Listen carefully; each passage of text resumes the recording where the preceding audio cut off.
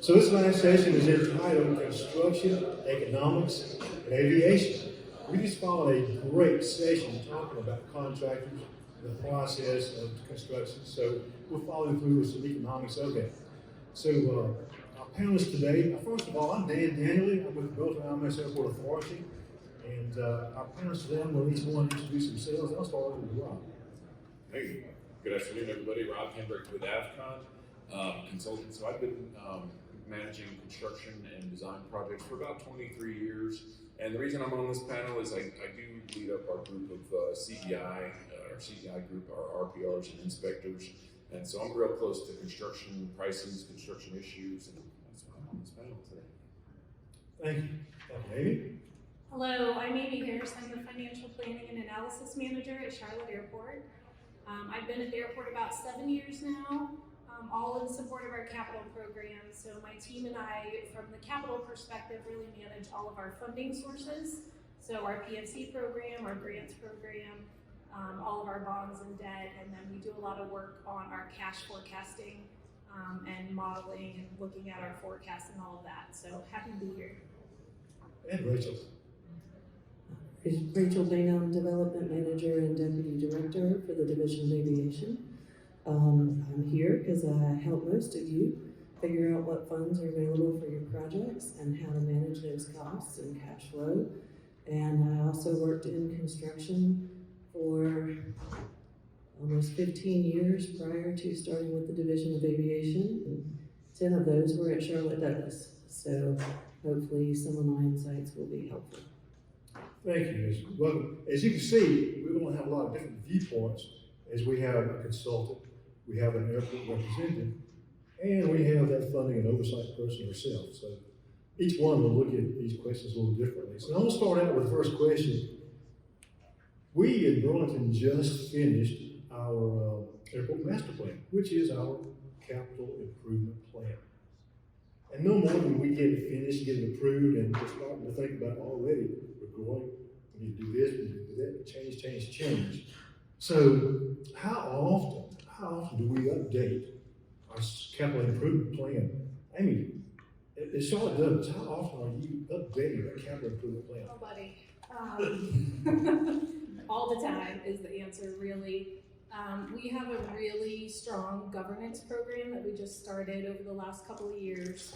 It really functions well for us. It helps us kind of take a project from idea through to looking at, does this meet the strategy that the executives have in mind for where we're going?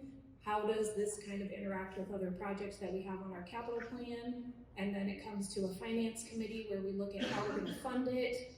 You know, what do we need to keep in mind in terms of eligibility? How does it impact our financial metrics? How do we need to plan for the funding to come for that project? And then once we kind of have all of that determined, we go back to the strategy committee for kind of final blessing. And at that point, it gets added to our CIP.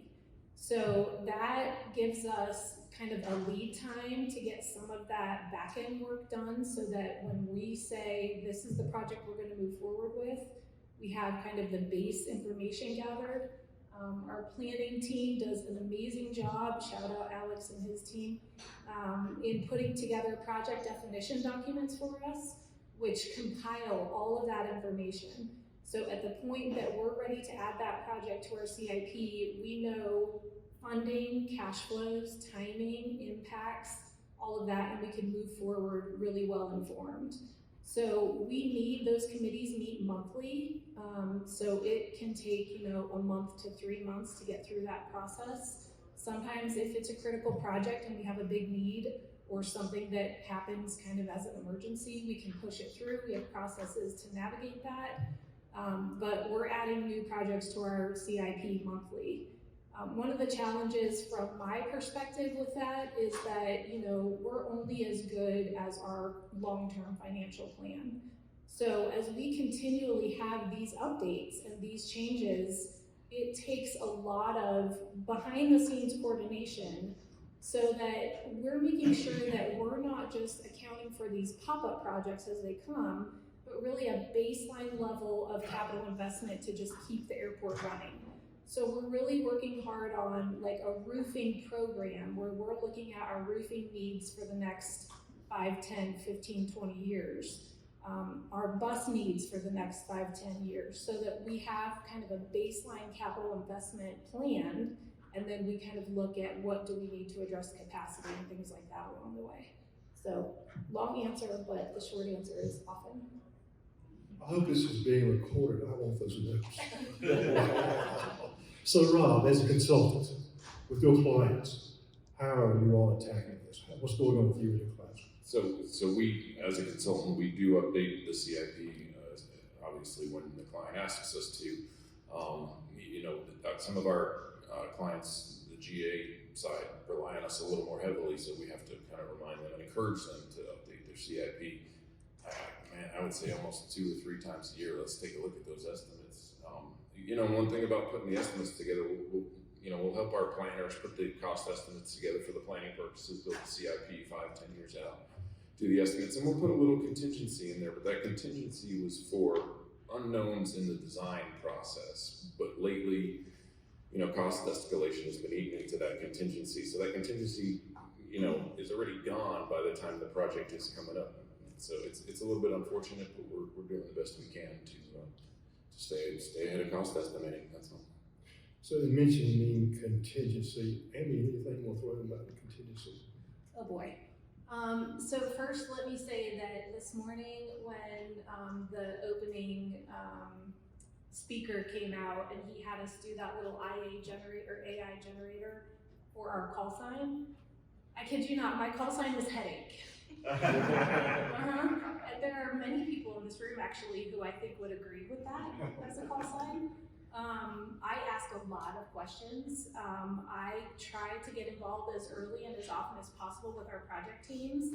And one of the things that we always look really closely at is how we're managing contingency, where we're adding contingency. We know on grant projects we can't have contingency in the contract. How do we deal with that?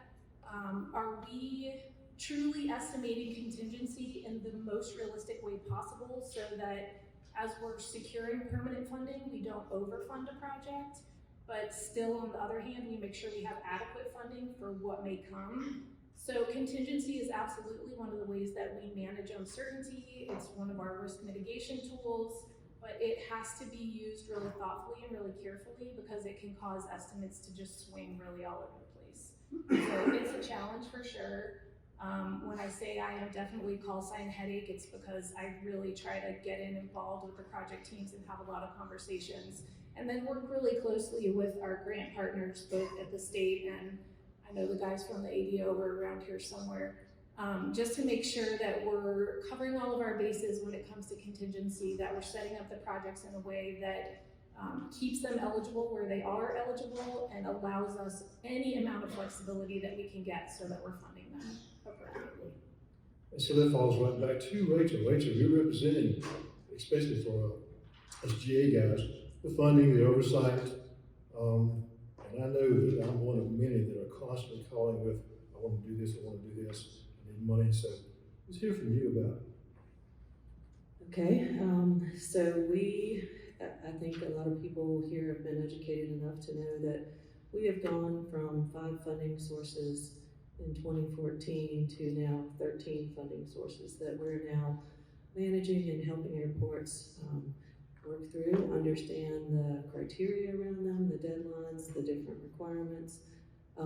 Just one of those requires the CIP every year.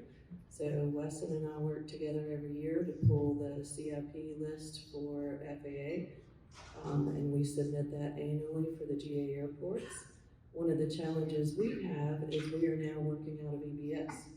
So I think when EBS was created, the GA airports stopped communicating their CIP list. So some of them do a great job in uploading the CIP list per project, and then they go into the detail on the project itself. But when we're pulling those, we're pulling out of EBS based on the timelines that are entered. And then the new part that FAA had fun with us a few years ago, they only want to see what you're spending federal money on. Yes. So that really cuts back what we're submitting. but it really means that we're relying on the airports to respond to those forms that we send out, the surveys about how are you going to use your non-primary entitlement, how are you going to use your AIG funds, and whether you're on our discretionary list, and those criteria to develop that ACIP each year that we send to FAA. The fun part is, the non-ACIP, we have over a 5-year list of programs for state aid as well. So, and we don't get far down that list with the almost 40 million that we get a year.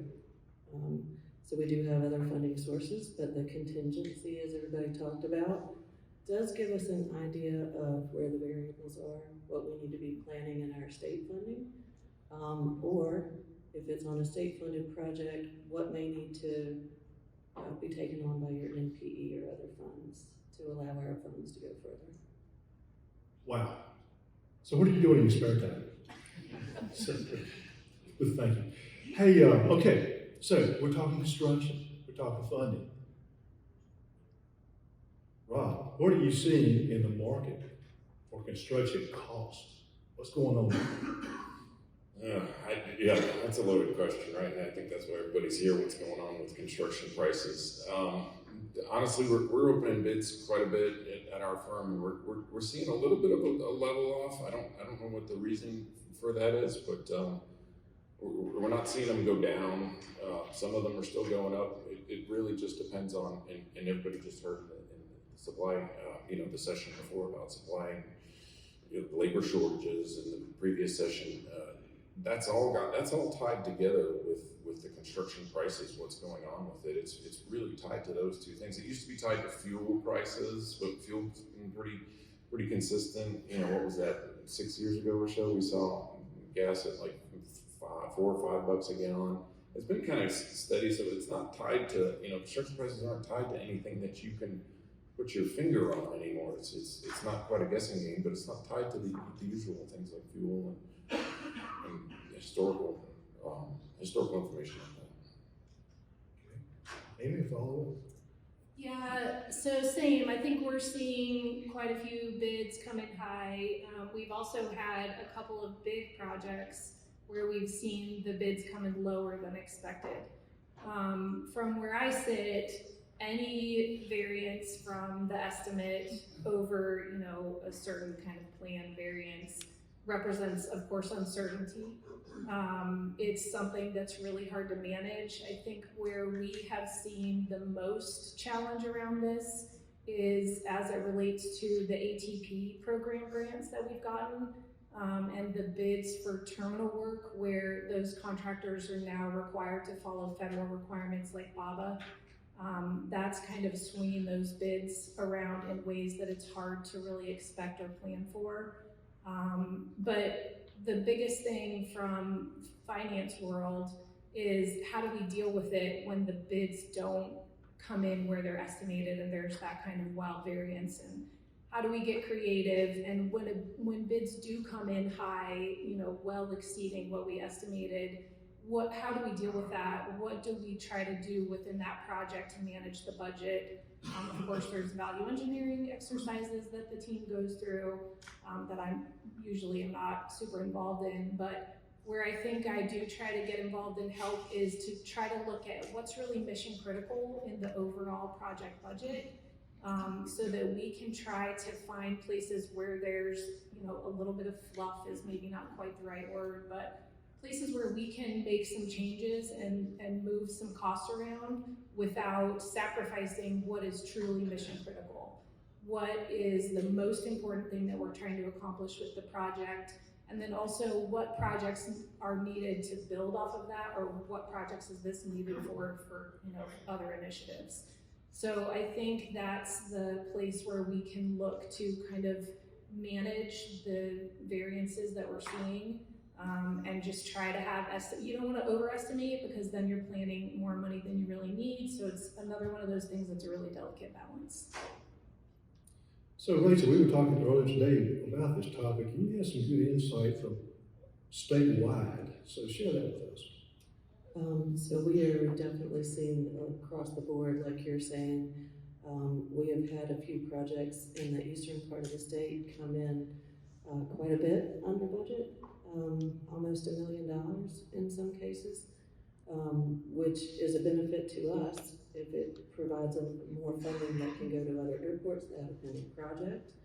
But at the same time, we have projects in the western part of the state that can barely get one bidder.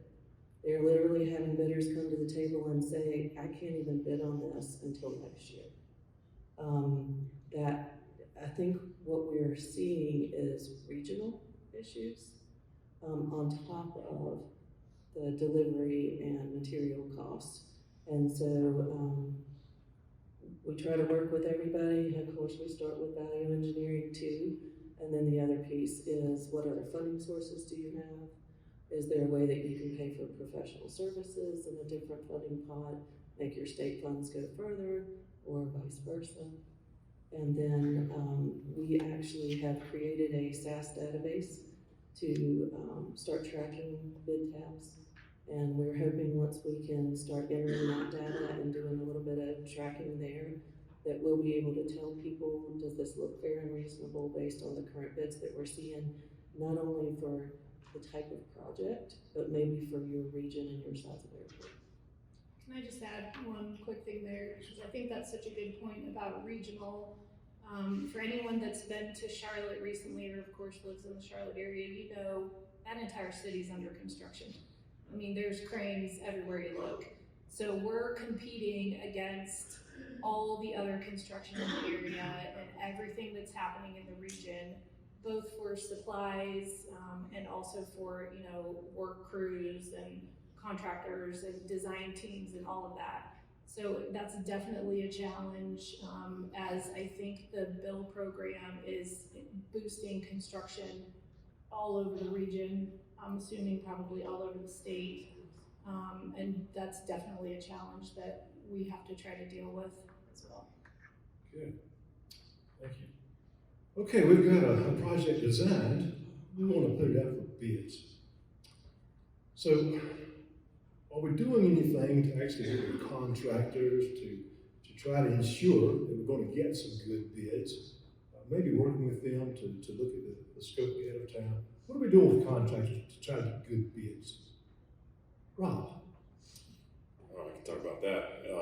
Contractor outreach is the first part of that. You know, that used to be we could just send out an email, hey, this project's out to bid, hope you bid on it. Now we're doing it months in advance. We're doing contractor outreach. We're sitting down with them, letting them know that the projects are coming up.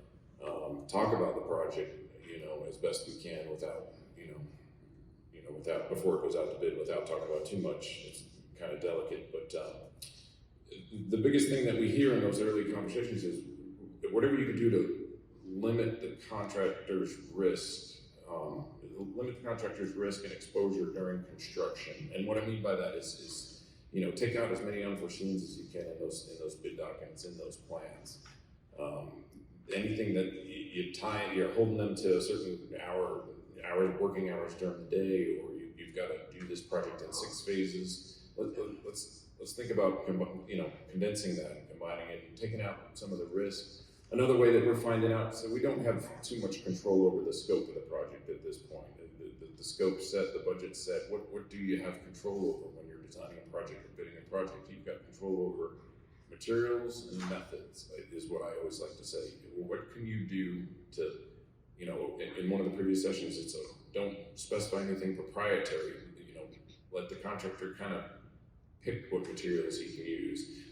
Give them more time. I know that costs money, but you can give them more time to do a certain project. Yeah, that'll cost you more in general conditions, but you can put a price on that these days. You know, you've got to pay him a little bit more general conditions, but you're reducing his risk. So he's got a little bit more cushion if you can't get laborers that day, or if you can't get materials that day. That's something that you have control over that doesn't cost you that much money. Is time. You can give him more time. That's the things that we're doing to help get good bids. Good. Amy, follow up?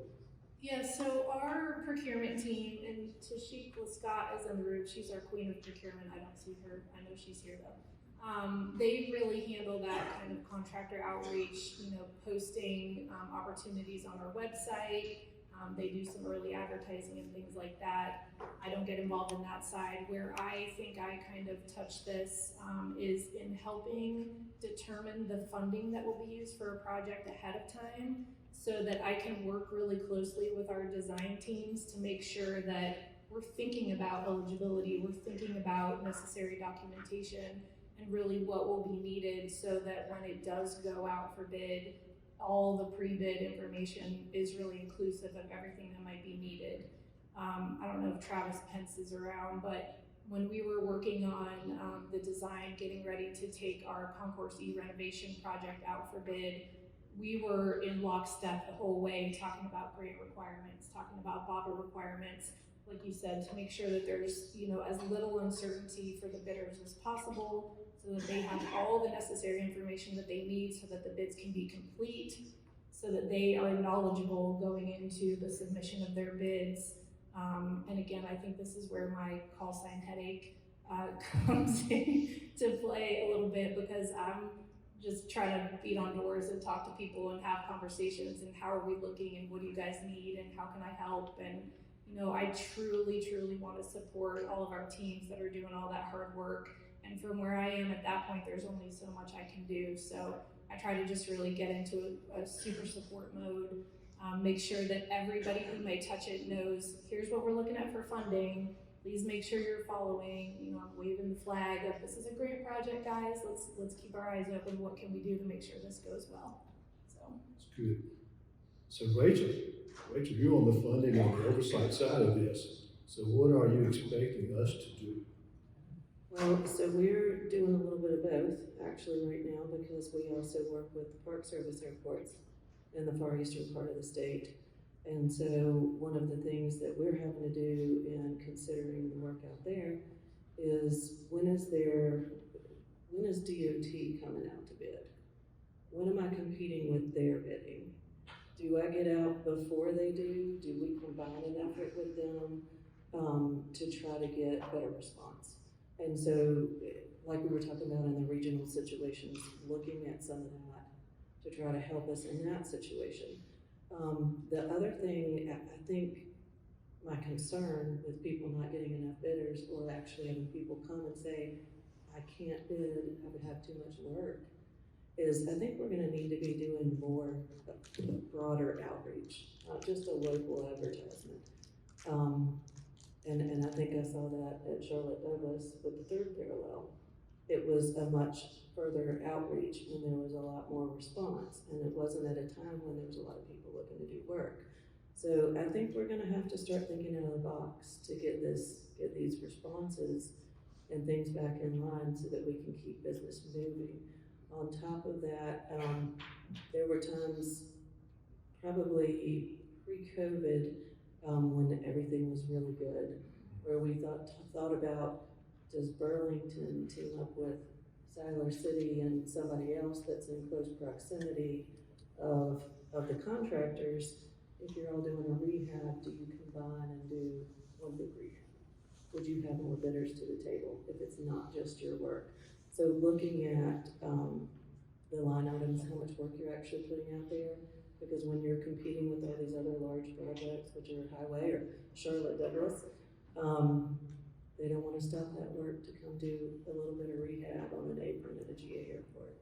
So we're here to help and come up with ideas on that. And the other thing is, people are doing outreach, like you had said, at least a month in advance, if not more, not only to make sure that people know the bidding's happening, but to know that they're pre-qualified, that their minority contractors are pre-qualified, so that when the bids come in, that's not a delay. Thank you.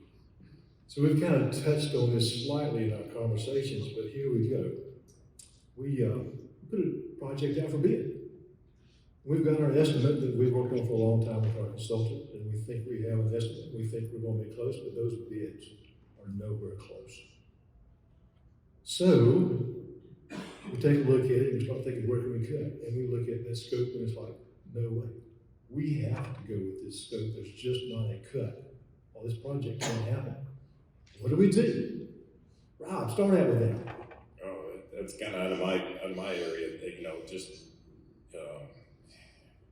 It's unfortunate when you do open bids that are high, you get two choices, you rebid it, don't award it, you rebid it, take some scope out of the project, that's the only thing that's gonna give is take some scope out of the project, but debrief with the contractors would be like my first step there.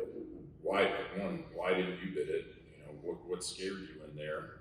And the once you did bid it, why was your bid so high? Did you see any efficiencies in that? And their incentive to talk to you is that, hey, this project might not get awarded. If you're interested in this project, we gotta come to an agreement here and get this, get the scope in line, get the budget in line. What are your recommendations? And unfortunately, we've had to do that. We've had to postpone projects because of that. Contractor discussion, I think, is the answer to that. If you can't get more money, obviously. Okay. How about over in Charlotte? Yeah, so I think we kind of talked about this a little bit before. We're really looking at what is mission critical, what is required in that project for it to go forward, what is the highest priority for that project, and where do we really need to make sure that we're focusing and managing the costs. And then I think from there is where I can help get involved and help try to be creative.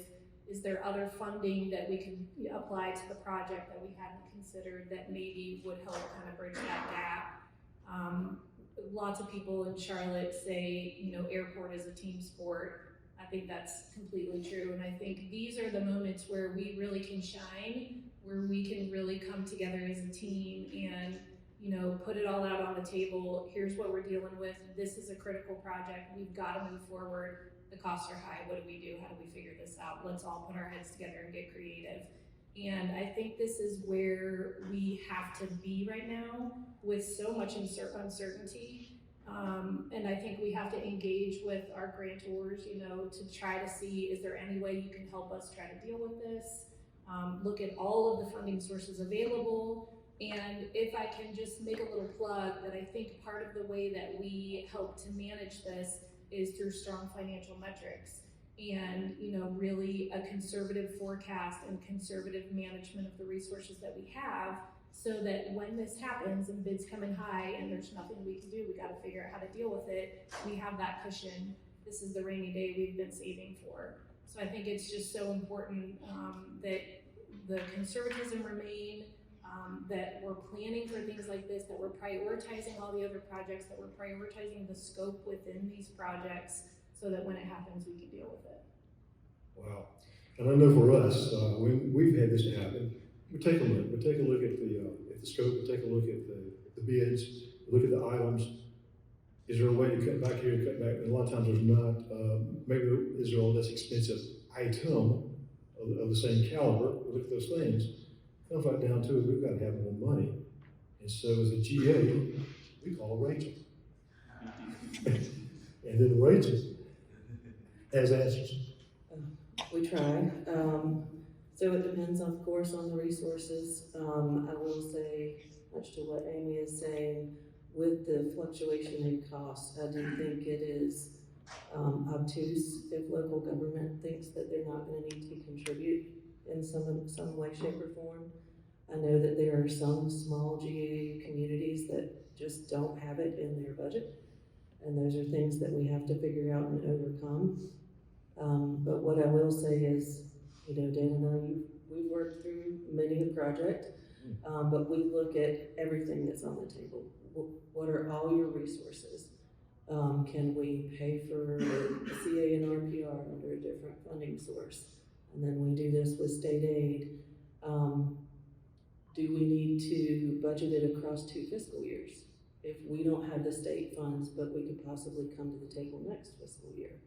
Do we, are you close enough to the end of the fiscal year where you could do a partial award and then you could do another in the next fiscal year? I'm actually looking at that with multiple federal funds as well as state funds on one of the projects, because the federal funds won't come in for at least 4 months. So what can we start now? What can we execute now to get the work started? And then make sure that that money comes in as the project is going along before it's needed. So coordination, communication, please call us. That's what we're here for, is to help the airports accomplish their goals with the funding that we have available. I think we just heard the attitude is can do or want to, but we need to be creative. We need to be creative all the way around. The airports, our consultants, our funding sources, we all need to be creative and look at different avenues and make it happen, and it can. Yeah, we've done that ourselves. We heard this a little bit from the previous session, but what are we seeing with the trends in supply chain? Rob, start us off. Yeah, I know you guys came here to learn something, but I can't tell you anything about that. It's all over the place, and I talked to a lot of people at this conference getting ready. You know, what are you seeing in supply chain? So I can answer that question. And it's you're not alone. I mean, it's the same thing. Last week it was, base cans, and now you can get base cans, no problem, off the shelf. You can't get lights. I mean, it changes week by week, month by month. You know, no matter how much outreach you do to suppliers, vendors, contractors getting ready for the job, you've got no control over that. So the only thing that we do is contractor outreach right before bidding, and then we kind of play with the procurement times. Kind of play with, all right, once again, reducing the risk for your contractor, give them a little bit more time to procure materials, and let them know that there's a little bit of flexibility. That in most cases, or in some cases, that doesn't cost the airport any money. Other times, this runway needs to start on this date, or this taxiway is going to be closed on this date. You've got no control over that. Making sure that your contractors can, have alternate materials. We've seen, concrete pipe being replaced a lot with, the high density polyethylene pipe. Is that a better option? Are there more suppliers for that? So just thinking outside the box with your materials and allowing that flexibility and having that, giving your contractor that flexibility, that helps as best you can. That's the best thing to do. Amy? Yeah, so an example of this one, we recently have the need to procure a ladder truck, and we are looking at a 4-year lead time on that ladder truck, which is just totally crazy, honestly. But one of the ways that we're trying to deal with this is we were offered a discount. So it's a $2.5 million ladder truck. We were offered a $350,000 discount if we paid upfront, paid at the time of the PO.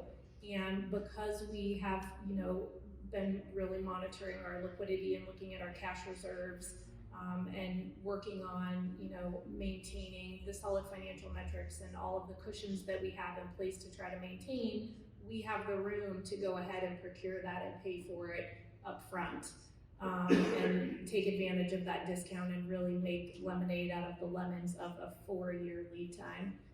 But definitely we're seeing this all over the place. I was talking to Jack earlier after lunch, and we were talking about the MEP equipment for one of our projects that was long lead equipment that we intentionally ordered well in advance of when we thought the construction need would be there for that equipment, so that we could get it in the hopper and get the procurement started and all of that process started, so that the lead time could start kind of ticking down and we'd be ready to, when we receive the equipment, we'd be ready to go. But for sure, this is a big challenge, and any amount of flexibility that we can maintain, any amount of financial cushion that we can maintain to try to manage it is, I think, just super important. Thank you. I know we ourselves in Burlington, we're doing a hangar project right now, ongoing today, but we had to put in a larger water line from 8 inches to 12 inches for fire suppression. And so this is a time based on this thing, and we find out that it's going to take 12 months to get that water line manufactured and sent to us. We're like, whoa, no, we need to be in this hangar in less than 12 months, guys. And so, like with dark clouds, we were very fortunate in that the low bidder and the contractor doing the pipe work already had pipe ordered for another project, and we were able to get him to bring it to our project and order for the other project. So he swapped projects on us to help us with a timeline. We had a runway light regulator go out about 1.5 years ago, 6 months to get a regulator. 6 months to get repair parts for the old regulator. I don't know if Dion or Venti is in here, but Dion had one used that he loaned to us for about 6 months. So we were just very fortunate. We got the new one in, we got the old one repaired, this on standby. But those are the kinds of things that we're facing right now, or I've Innovation Hub. I guess you already will. So, Rachel, so you're the grants person, and we've got these bids, we're ready to go to work, and suddenly we find out there's something holding us up. How does that affect the grant administration, the grant process? So I will not call myself the grants person. Our grants person is in the back. But we do help with all the funding, and what we see with supply chain is we need to know. We need to know that it's impacting your project, that it's delaying your expenses. Because with our state funds, we get to project our expenses for 2 years into the future. And then we are held to within 10% of that for every month. And it's a guesstimate is what I will call it. And so every year every month that we are over by 10% or under by 10%, we get to write a letter of explanation on why. So just communication with us on what you're seeing in supply chain, how it's affecting your project, not only helps us to reflect that to leadership, but also to take it into account on timelines on how we're going to be able to spend our budget, what that looks like 2 years into the future. And then the other piece is, we're seeing projects having to cut things out. I mean, I think it was last year I had a project or two that they just literally could not get fence. Fence was not available that met FAA spec. So they had to cut that piece out of the project. So sometimes, like you said, it's gonna have to be the bare minimum, and then you come back when it's available again. And a lot of times, the other key thing is keeping an eye on the expenditure of those funds. Is it expiring in the next few months? What's the timeline on that? And how does your supply chain affect that? Do you need to go ahead and have a conversation about changing the funding source for that project because supply chain is pushing it out beyond its limits? Good answer. Thank you. Hey, are there any questions from the floor? Oh my. It is getting time for a reception. Everybody's ready for the reception. Yes. Okay. Well, first, thank you, panelists. Appreciate your time of sharing with us and some very good advice. So thank you very much.